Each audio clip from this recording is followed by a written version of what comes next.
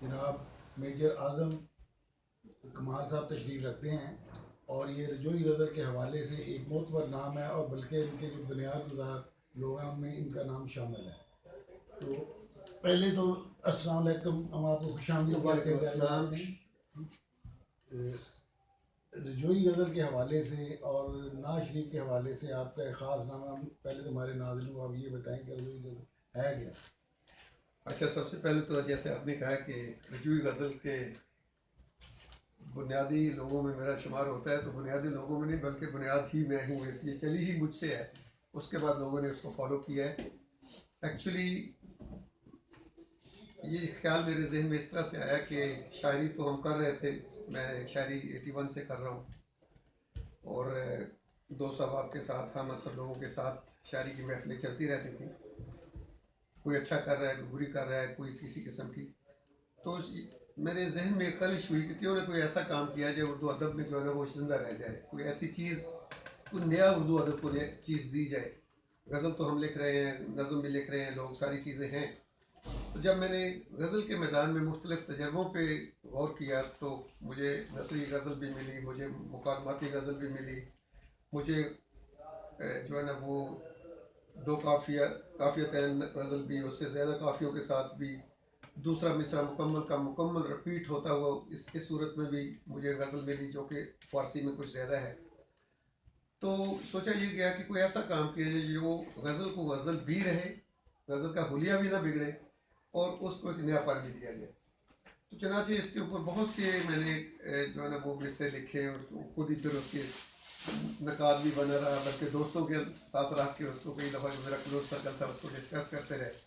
تو فائنلی ہم اس نتیجے پہ پہنچا کہ کیوں نہ ایسا کیا جائے کہ غزل کو غزل کے انداز میں ہی لکھا جائے، لیکن اس کو ایک مصرع ثانی جو ہے نا اس کو جو کا تم رپیٹ کرتے ہوئے صرف قافیہ چینج کیا جائے. یعنی کہ تھوڑا سا مہارت کا کام یہ ہوگا اس کے اندر کہ ایک قافیے کے لفظ نے پہلے مصرے کو لے کے چلنا ہے.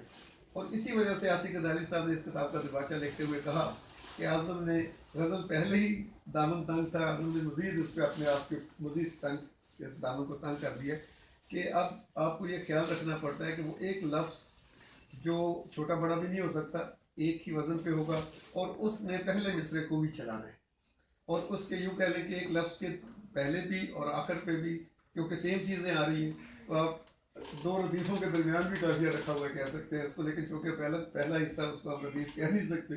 اس لیے یہ ایسی چیز ہے کہ پورے شعر کو جو ایک میننگس کو کنوے کرنا ہے، اس کو واضح کرنا ہے، وہ ایک لفظ میں کرنا ہے. تو اس کی رجوعی نام رکھنے کی خاص وجہ سے رجوع کے حوالے سے ہے یا کوئی اور بھی اس کی؟ جی، اس کا رجوعی، اس کے دو تین نام ہم نے سوچے، لیکن پھر جو ہے نا وہ میں نے اپنے محترم استاد محترم جن سے میں اپنے شاعری میں اصلاح لیتا رہا ہوں، پروفیسر ڈاکٹر عاصف کنالی صاحب، اللہ تعالیٰ ان کو غیر کی رحمت کرے، ان کے ساتھ بیٹھ کے ہم نے جب ڈسکس کیا تو انہوں نے ساری چیزوں پہ ایویلویٹ کرنے کے بعد انہوں نے کہا کہ بیٹا اس کا نام جو ہے میرے خیال میں رجوعی غزل سب سے مناسب ہے، کیونکہ آپ ہر شعر میں مصرع ثانی کی طرف رجوع کرتے ہیں.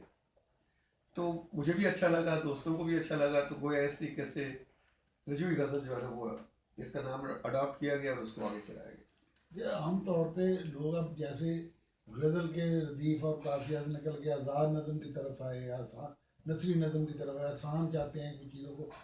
یہ سلی بھی کہتے تھے کہ یہ ردیف اور قافیہ کے ردیف کو ہم نے کندھ سے اتار کے آزاد نظم کی طرف آئے، لیکن آپ نے اس کو مزید تھوڑا مشکل کر دیا. ہاں، وہ آپ کی یہ بات ٹھیک اب ہے. یہ طبیعت آپ کی مشکل پسند ہے تھوڑی، یہ طبع کا بھی ہوتا ہے، بعض کو مشکل پسند ہوتا ہے. نہیں، ایسا ہوتا ہے کیونکہ میں فوجی بھی ہوں، مشکلات سے لڑنا نپٹنا میرا ایک جو ہے نا میرے پروفیشن کا حصہ ہے. ویسے بھی میں اپنا نقطہ نظر ہے کہ جتنا کام مشکل کیا جائے اس کی جب سکسیس ہوتی ہے تو آپ کو زیادہ خوشی فیل ہوتی ہے. آسان تو ہر آدمی کرتا پھر رہا ہے، یعنی کہ نظم سے آزاد نظم، قلع پابند نظم، آزاد نظم، پھر نثری نظم، ہم آسانی کی طرف آ رہے ہیں.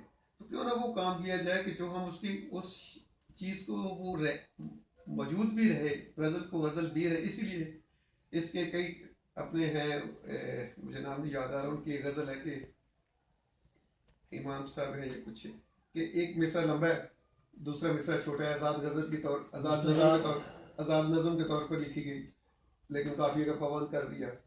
تو اس طریقے سے بہت سے تجربات ہیں جو کہ میری کتاب کے دیباچہ جو اپنے محسن بھوپالی صاحب نے لکھا اس میں انہوں نے پوری اس کے حوالے دیے ہوئے، لیکن میں نے اس کو ساری چیزوں کو سائڈ پہ رکھ کے غزل کو غزل کے انداز میں ہی ایک نیا پن دینے کی کوشش کی. اچھا، اس میں تھوڑی مشکل نہیں آ رہی لکھنے میں؟ مشکل تو ہے، مشکل ہے اس میں، مشکل بندے بھی جو ہے، اظہار کرنا چاہتا ہے تخلیق کار، اس کے لیے تو ایک اور مشکل پیدا ہوگی.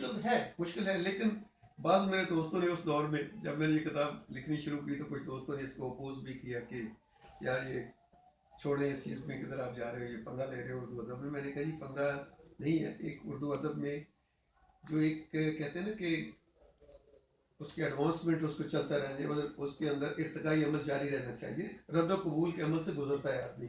کچھ لوگوں نے تو یہاں تک بھی کہا، میرے ایک دوست ہیں شہزاد قمر صاحب دینا سے، انہوں نے کہا یار اعظم نے کون سا نیا کام کیا ہے، ایک مصرے پہ 8 گرے لگا دی. لیکن جب ہم نے اس کا مشاہرہ کروایا تو وہ 8 گرے لگانے والے بہت کم ہو گئے تھے. اچھا، آپ کو یہ لگتا ہے کہ آپ جو کہنا چاہتے ہیں وہ آسانی سے اب اس میں کہہ رہے ہیں؟ ابھی اللہ کا شکر ہے، ابھی اتنا میرا اظہار میں آپ مطمئن ہیں؟ ابھی آپ نے دیکھا ہے میری پوری کتاب، اس میں ہم بھی، نعت بھی، غزلیں بھی اسی ٹرینڈ پہ ہے. پہلی کتاب ماشاءاللہ رجوعی غزل جو ہے نا وہ 2004 میں شائع ہوئی.